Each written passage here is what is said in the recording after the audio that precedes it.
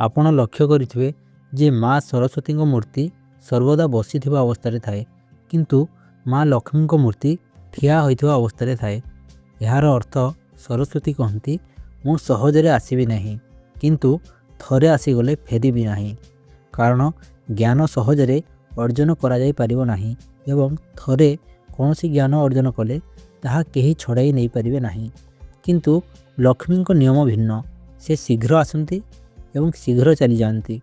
ଯଦି କେହି ତାଙ୍କୁ ସଠିକ୍ ଭାବରେ ରଖିବାକୁ ନ ଜାଣେ, ତେବେ ସେ ବହୁତ ଶୀଘ୍ର ସେହି ଘରୁ ଚାଲିଯାଆନ୍ତି। ଆଜିର ସମୟରେ ଧନ ଉପାର୍ଜନ କରିବା ଯେତିକି କଠିନ ନୁହେଁ, ତାଠାରୁ ଅଧିକ କଠିନ ହେଉଛି ସେହି ଧନକୁ ସୁରକ୍ଷିତ ଭାବେ ରଖିବା। ଅନେକ ଲୋକ ଅଛନ୍ତି ଯେଉଁମାନେ ଅଳ୍ପ କିଛି ଟଙ୍କା ପାଇଲେ ଉଡ଼ିବାକୁ ଆରମ୍ଭ କରିଦିଅନ୍ତି। ସେମାନେ ଧନର ନିୟମ ଜାଣନ୍ତି ନାହିଁ।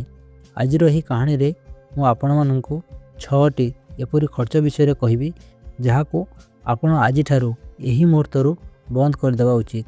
ତାହେଲେ ଯାଇ ଆପଣ ଧନର ସଠିକ୍ ନିୟମକୁ ବୁଝିପାରିବେ। ଆପଣ କେତେ ରୋଜଗାର କରୁଛନ୍ତି ତାହା ଗୁରୁତ୍ୱପୂର୍ଣ୍ଣ ନୁହେଁ, ଆପଣ ଯାହା ରୋଜଗାର କରୁଛନ୍ତି ତାକୁ କେମିତି ବିନିଯୋଗ କରୁଛନ୍ତି ତାହା ଗୁରୁତ୍ୱପୂର୍ଣ୍ଣ। ତେବେ ଆସନ୍ତୁ କାହାଣୀ ଆରମ୍ଭ କରିବା, କିନ୍ତୁ ଆପଣଙ୍କୁ କେବଳ ଗୋଟିଏ ଅନୁରୋଧ, ଦୟାକରି କାହାଣୀରେ ବୁଡ଼ିଯିବା ପୂର୍ବରୁ ଭିଡ଼ିଓକୁ ଲାଇକ୍ ଏବଂ ଚ୍ୟାନେଲକୁ ସବସ୍କ୍ରାଇବ୍ କରିନିଅନ୍ତୁ। ମାତା ଲକ୍ଷ୍ମୀଙ୍କ ଆଶୀର୍ବାଦ ପାଇଁ ଭିଡ଼ିଓକୁ ଶେଷ ପର୍ଯ୍ୟନ୍ତ ନିଶ୍ଚୟ ଦେଖିବେ। ଗୋଟିଏ ଗାଁରେ 2 ଜଣ ମହିଳା ରହୁଥିଲେ। ଜଣଙ୍କ ପାଖରେ ମଇଁଷି ଥିଲା ଏବଂ ଆଉ ଜଣଙ୍କ ପାଖରେ ଛେଳି ଥିଲା। ଯାହାଙ୍କ ପାଖରେ ମଇଁଷି ଥିଲା, ସେ ମହିଳା ଜଣକ କୌଣସି ଜିନିଷକୁ ସଠିକ୍ ଭାବରେ ସମ୍ଭାଳି ରଖିବାକୁ ଜାଣିନଥିଲେ।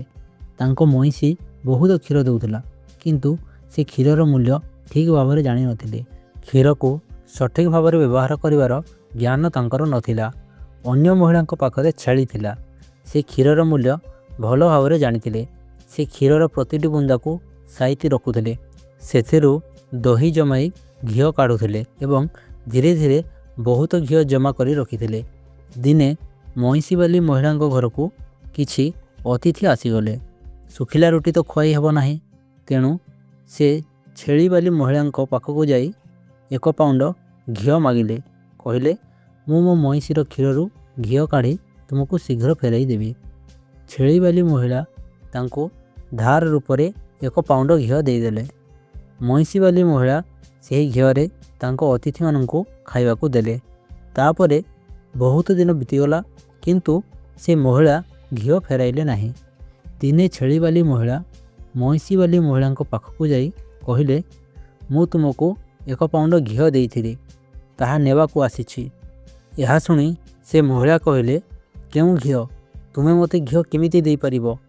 ମୋ ପାଖରେ ତ ମଇଁଷି ଅଛି, ଆଉ ତୁମ ପାଖରେ ତ କେବଳ ଛେଳି। ମୁଁ ତୁମଠାରୁ ଘିଅ କାହିଁକି ଧାର ମାଗିବି? ମୋ ପାଖରେ ତ ଏତେ ବଡ଼ ମଇଁଷି ଅଛି, ଆଉ ତା'ର ବହୁତ କ୍ଷୀର ବି ହୁଏ। ଏହା କହି ସେ ଘିଅ ଫେରାଇବାକୁ ମନା କରିଦେଲେ ଏବଂ ଛେଳିବାଲି ମହିଳା ଫେରି ଆସିଲେ। ତାଙ୍କୁ ଜଣାଥିଲା ଯେ ଏବେ କେହି ତାଙ୍କ କଥାକୁ ବିଶ୍ୱାସ କରିବେ ନାହିଁ, କାରଣ ଆର ମହିଳାଙ୍କ ପାଖରେ ମଇଁଷି ଅଛି। ତଥାପି ସେ ଅନେକ ଲୋକଙ୍କୁ କହିଲେ, କିନ୍ତୁ ଏହି କଥାକୁ କେହି ମାନିବାକୁ ପ୍ରସ୍ତୁତ ନଥିଲେ। ସମସ୍ତଙ୍କର ଗୋଟିଏ ଉତ୍ତର ଥିଲା, ମଇଁଷିବାଲି ମହିଳା ଛେଳିବାଲି ମହିଳାଙ୍କ ଠାରୁ ଘିଅ କାହିଁକି ନେବେ? ସେହି ଗାଁ ବାହାରେ କିଛି ଦୂରରେ ଜଣେ ଗୁରୁ ରହୁଥିଲେ। ଛେଳିବାଲି ମହିଳା ସେହି ଗୁରୁଙ୍କ ପାଖକୁ ଯାଇ ତାଙ୍କର ସମସ୍ତ ସମସ୍ୟା ବଖାଣିଲେ। ତାପରେ ସେହି ଗୁରୁ ମଇଁଷିବାଲି ମହିଳାଙ୍କୁ ଡକାଇଲେ। ସେ ମହିଳା ମଧ୍ୟ ଗୁରୁଙ୍କ ପାଖକୁ ଆସି ନିଜର କଥା କହିଲେ, ଗୁରୁଦେବ, ଏ ମିଛ କହୁଛି। ମୋ ପାଖରେ ତ ମଇଁଷି ଅଛି, ମୁଁ ତାଙ୍କ ଘିଅ କାହିଁକି ନେବି? ଗୁରୁ ଟିକିଏ ଚିନ୍ତା କରିବାକୁ ଲାଗିଲେ। ପ୍ରକୃତରେ ମଇଁଷିବାଲି ମହିଳା ଛେଳିବାଲି ମହିଳାଙ୍କ ଠାରୁ ଘିଅ ଧାର ନେଇଥିଲେ କି ନାହିଁ? ଛେଳିର ତ କ୍ଷୀର ବହୁତ କମ୍ ହୁଏ, ଆଉ ମଇଁଷିର ବହୁତ ଅଧିକ। ତେବେ କ'ଣ ଏପରି ଆବଶ୍ୟକତା ପଡ଼ିଲା ଯେ ମଇଁଷିବାଲି ମହିଳାଙ୍କୁ ଛେଳିବାଲି ମହିଳାଙ୍କ ଠାରୁ ଘିଅ ଧାର ନେବାକୁ ପଡ଼ିଲା? ଗୁରୁ ବହୁତ ସମୟ ପର୍ଯ୍ୟନ୍ତ ଚିନ୍ତା କଲେ। ତାପରେ 2 ମହିଳାଙ୍କୁ ନିଜ ପାଖକୁ ଡାକି ଗୋଟିଏ ଗୋଟିଏ ଲୋଟା ପାଣି ଦେଇ କହିଲେ, ଏହି ପାଣି ନେଇଯାଅ ଏବଂ ଭଲ ଭାବରେ ହାତ ଗୋଡ଼ ଧୋଇ ଆସ। ଗୋଟିଏ ଲୋଟା ପାଣି ଦେଖି ମଇଁଷିବାଲି ମହିଳା କହିଲେ, ଗୁରୁଦେବ, କେବଳ ଗୋଟିଏ ଲୋଟା ପାଣିରେ ହାତ ପାଦ କେମିତି ଧୋଇବି? କିନ୍ତୁ ଛେଳିବାଲି ମହିଳା ସେହି ଲୋଟାକୁ ନେଇ ଚାଲିଗଲେ। ସେ ଭଲ ଭାବରେ ନିଜର ହାତ ପାଦ ମୁହଁ ଧୋଇଲେ ଏବଂ ତାପରେ ମଧ୍ୟ ଲୋଟାରେ କିଛି ପାଣି ବଞ୍ଚାଇ ଆଣିଲେ।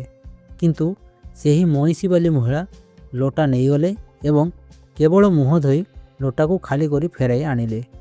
ଯେତେବେଳେ 2ଟି ଲୋଟା ରଖାଗଲା ସେତେବେଳେ ଗୁରୁ କହିଲେ, ମଇଁଷି ବାଲି ମହିଳା ଛେଳି ବାଲି ମହିଳାଙ୍କ ଠାରୁ ଘିଅ ନେଇଥିଲେ ଏବଂ ତାହା ଫେରାଇ ଦେବା ଉଚିତ। ଗାଁର ଯେଉଁ ଲୋକମାନେ ପାଖରେ ବସିଥିଲେ ସେମାନେ ପଚାରିଲେ, ଗୁରୁଦେବ, ଏହା କିପରି ପ୍ରମାଣିତ ହେଲା ଯେ ମଇଁଷି ବାଲି ମହିଳା ଛେଳି ବାଲି ମହିଳାଙ୍କ ଠାରୁ ଘିଅ ଧାର ନେଇଥିଲେ?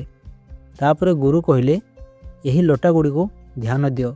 ଛେଳି ରଖିଥିବା ମହିଳା ଲୋଟାରେ ଏତେ ପାଣି ବଞ୍ଚାଇ ଆଣିଲେ ଏବଂ ହାତ ପାଦ ମୁହଁ ସବୁ ଧୋଇଲେ।